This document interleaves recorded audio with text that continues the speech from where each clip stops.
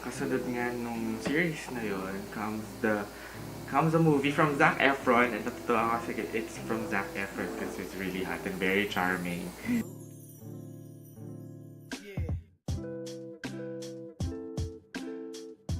So hi! I'm lighting good. Welcome back to my channel, and I have a very special guest with me. Please meet Isay! Hey! Please Hello! greet them. Hello, everyone! Hello, netizens! Hello, As for netizens. Alex Gonzaga. So, we're here because we're doing a review. Isay has been my friend for over a decade now. So, over 10 years. We share the same passion kasi we live in the same subdivision. And then we were part of the same choir sa chapel, right? And then we love watching series, kaya we're here to do a review at kung ano-anong matatouch namin series. So, yeah. So, we're gonna do a review about conversations, am I right? Conversations with the serial killer, Ted Bundy tapes. Yes! Okay, good job. Okay. So, just a brief background on who Ted Bundy is. So, he's one of the most notorious serial killers from the United States. His killing spree, he was active during the 60s to the 70s, and it was all around the state. So, he started from Washington, hanggang umabot ng Colorado, and then ended up, I think the last was in Florida. Yeah. But then, yun, marami pang hindi or unaccounted killings. So we're not really sure how many women he killed.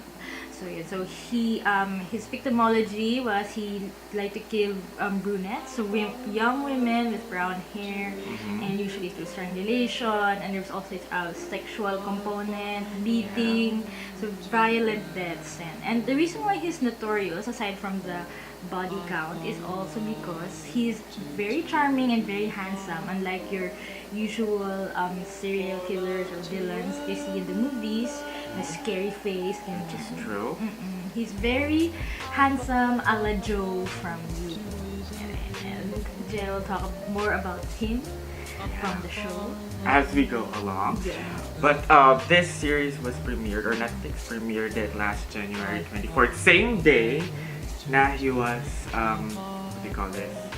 Executed sa electric chair in Florida. So, for me, it's creepy kasi it's same day na in-air siya. So yeah, it was aired like that. And I got to learn the series through an article from Lad Bible. Plug. Yeah. Lad Bible stating that you should not watch this alone. Pero for me, I'm not that cautious or afraid naman. So, naging interested ako and I immediately watched it just today. So I just finished the series today, binge watch. And basically dumating yung active visitor si Isay, and we're gonna do a real-time review of the series. So at this point, what did you think about the documentary? For me, it gradually showed yung life ni Theodore Robert Bundy, kung bakit siya naging ganon, and paano nag-revolve yung story, bakit siya naging ganon, at saka yung type ng murder na ginagawa niya, paano niya ginagawa, and how he really, confessed at the end. Kasi at the end, parang all throughout the story, hindi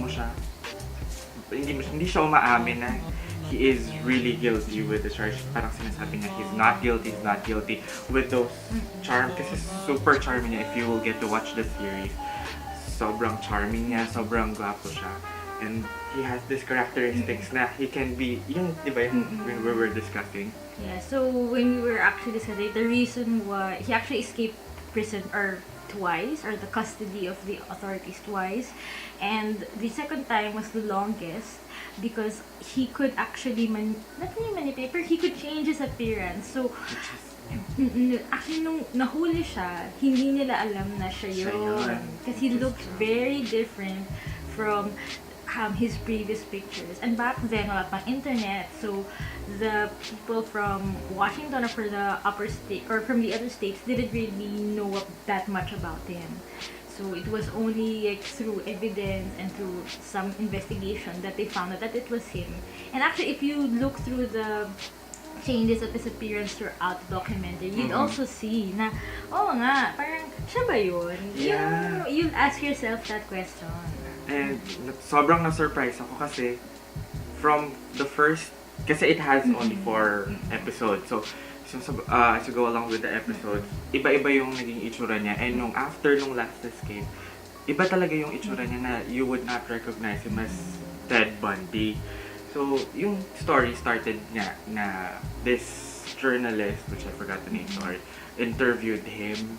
And gusto nila kasi na mapaamin siya sa ginawa niyang crime. Although hindi siya talaga umaamin, he was really very firm na he was not guilty.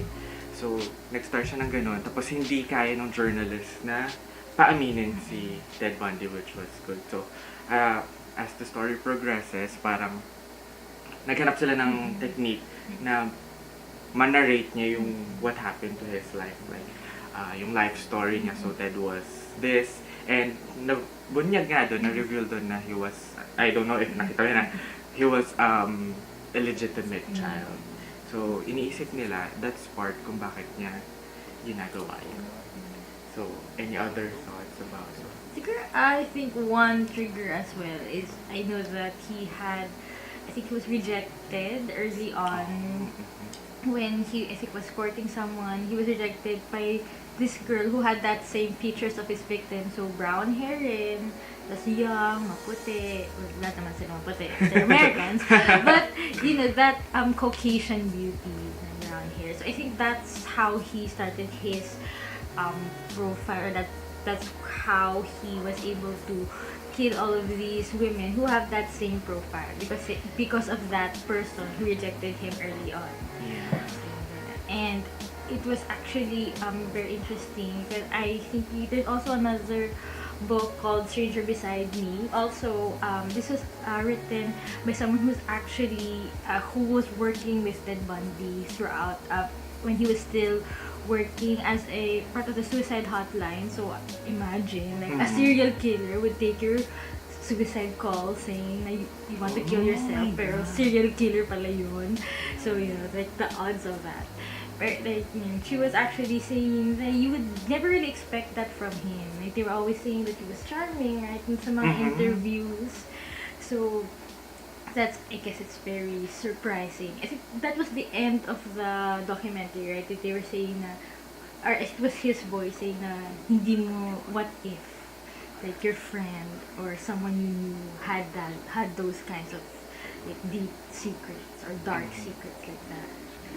True, and what makes it, for me, creepy is that it's recorded, yung voice file niya, and how the journalist, like, narrated the story sa una na he went inside the death row cell, tapos he just placed the recorder there, and then kasi the journalist wants him to speak in a third person kasi hindi nila mahuli. So nung nakuha nila yun, like, Ted was just holding the voice recorder and, like, cradling it down. Like, I was imagining kung paano ginagawa ni Ted dyan, tapos he was whispering to the voice recorder while they were having the conversation. Kaya, creepy siya. And you mentioned yung sa girl, yes, yun yung pinakauna niyang love, kaya siguro nasaktan siya doon. And parang, ang galing lang kasi parang he really orchestrated everything well. Like, from his study, his pursuit, like, yung gusto niyang degree, and his involvement in politics, and being a lawyer as well, na, oh my God, ang galing-galing niya. It was like that. Kaya nga, di ba, na-mention ko si Joe, na Joe, from you, also knows what to do. Parang planado niya lahat in some sort of way. Another Netflix series that's also very popular right now. But I think the difference with Joe and with Ted Bundy is like, with Joe kasi very varied yung victims niya, as whereas with Ted Bundy it's always the same, the girls, and he has like one usual method of killing. So actually, when he was starting out, how he would do it is he would lure girls. So parang kunwari siyang he needed help from his car, and nung papakute siya na parang, oh, can you help me out? And of course, as a girl, you'd be like, syempre tutulungan mo kasi gwapo. And then once you get to his car, ayun, napatayin ka rin niya. So Kasi that's how he did it. And as with Joe, as in, whatever is there, or whatever he can use to kill that person, that's what he'll do. Like, yung tinulak niya over the bridge, and Kung ano yung spur of the moment na nararamdaman niya. Spur of the moment, si Peach. Yeah. Yeah, like, nag-agawan lang sila ng baril, so, there. I think, though they're similar in the sense that they're both very charming and handsome, and they both have that appeal na you'd never suspect them of being killers. A serial killer na rin si Joe kasi he's mataas na yung body count niya. But yes, Hindi lang girls yung kaya. Okay. very varied. Pero, yun, dun lang siguro nakakaiba sila on like, the methods of killing and like premeditation and like, probably why they also kill. So, it's similarly, you can also say na it's from love. Yeah. Pero yung victims ni Ted was just the same age or age group, and then yung features nga was just were also the same, and paano niya kinikill was just the same. Kaso nung lumipat siya nung state, medyo parang nag-iba siya, naging frustrated siya. Kasi nahuli siya, di ba, right? Tapos nung nahuli siya, nung nakataka siya, naging iba yung way ng pag-ano. Pero ginagamit pa rin niya yung charms and yung skill niya na he can get girls dahil nga dun sa charming. Pero if you will really watch it, he is really very charming. Kahit he was on his trial, sobrang hindi mo talaga siyang isipin na parang criminal siya.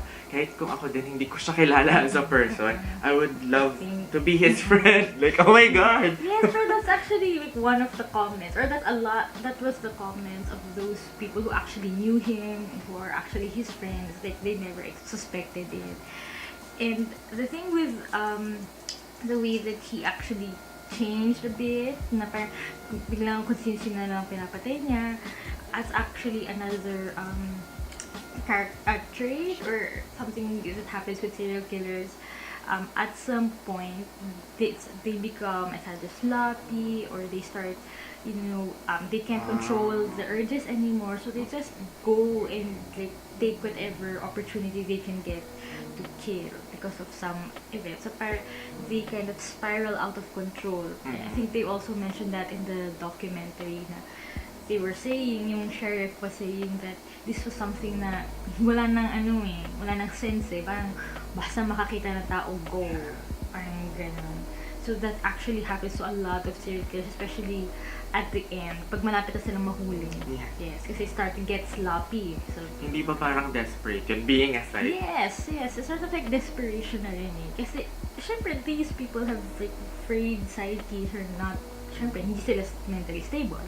So, at some point, especially when they start to feel na malapit na silang mahuli or nahuli na sila in Ted Bundy's case, naging desperate na yung actions nila and wala na yung usual MO nila or modus operandi or how they kill. It just gets thrown out the window and then they just kill out of impulse. Kasi nga, diba, nung nahuli na nga siya, medyo magulo na yung murder scene niya. Kaya siguro napapaisip ako kasi when he was on his trial, he was allowed to be, kasi lawyer siya, so he was allowed to defend his case. So parang pinapaulit niya yung ginawa dun sa last murder niya dun sa sorority house. So most probably baka nga ganun. Tsaka yung huli pa niyang isang murder which was a 12-year-old was sobrang layo sa kinikater niya. Yeah. Sa kinikater, sorry. Usual victim profile Yeah. sa age ng usual victim profile niya. Something that you'd never expect. Which is, yun, sobrang bata nga. And one thing na, also for serial killers, I think pag gano'n talaga yung mind mo, isa lang yung way niya sa pagdadump ng mga bodies, which I also find it super creep habang pinapanood. Kasi sa isang mountain lang niya, tawag doon, parang hindi na niya nililibing parang hinayaan lang niya doon na mag-decay yung mga parts ng body. And also, nung nag-run away siya, sa bundok, nung nag-escape din siya for the first time, sa bundok din siya pumunta. So, maybe, meron something siguro, a mountain for him. Yeah, that's why I think his wishes were that when he would when he got executed, his body would be cremated and yung ashes would be spread. And one of his final Yago. wishes was actually having his ashes thrown across the mountain, because that's, he said, where he found his most happiness. Yeah, so, yeah, basically yun nga, meron pa siyang heart at least, diba? And with that being said, shockingly, kasunod nga nung series na yun, comes a movie from Zac Efron, and natutuwa ako kasi it's from Zac Efron because it's really hot and very charming. You all know that. So, what's the title of that? So we're actually the same director who did the documentary is also releasing another movie, which is a biopic based on the true events of Ted Bundy's life, which is entitled Extremely Wicked, Shockingly Evil, and Vile. And just to let you know, yung title ng movie was the last few words ng verdict sa kanya, which is death penalty niya. So, gusto ko din, I just wanna share nung last part na yun. He wanted to kill his own life na lang instead na sa death penalty. End his own life. Yeah, pero sabi niya, do you want to kill another one? Kasi he had 30 people na pinatay. And sabi nung guy sa kanya, FBI agent, special agent, na parang, do you want to add another person? Which is nakakatuwa lang na ganung story. So I'll be sharing the video with you kasi it's still very fresh, the video. So check it out. Get you all night. What do you say we get out of here? What is it about this guy? When I feel his love, I feel like I'm on top of the world. There are things you don't know Hi, officer. I think I must be lost. that will shock you beyond your worst nightmare. I am innocent. You don't actually believe this garbage, do you? It's in all the papers, Ted. Monkey! Oh! How did his name get on that suspect list? I want to come see you. I was really hoping you'd say that. This case is about catching a monster. Ladies and gentlemen, I am that innocent suspect. You are skating on thin ice, partner. The media has convicted Ted before he's had his day in court. I'm gagged, and you're not. I wonder whether he did it or not. I'm more popular than Disney World.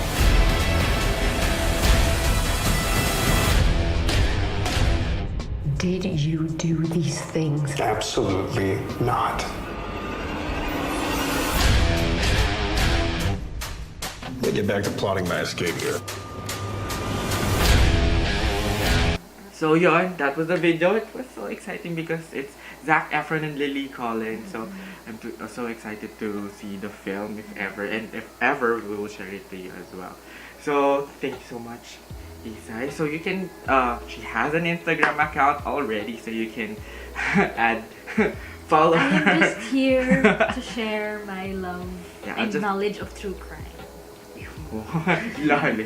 I'll just post her link down below, and I'll also post I'll post my Instagram account below, and don't forget to like and subscribe to my channel. Till next time, if you have Questions on anything, especially serial killers or true crime, if you have any questions on that, you can just leave it in the comments and then we'll get back to you. yes, and if you have any request na i-review namin again with her, if you want her back, just comment down section down below. Bye.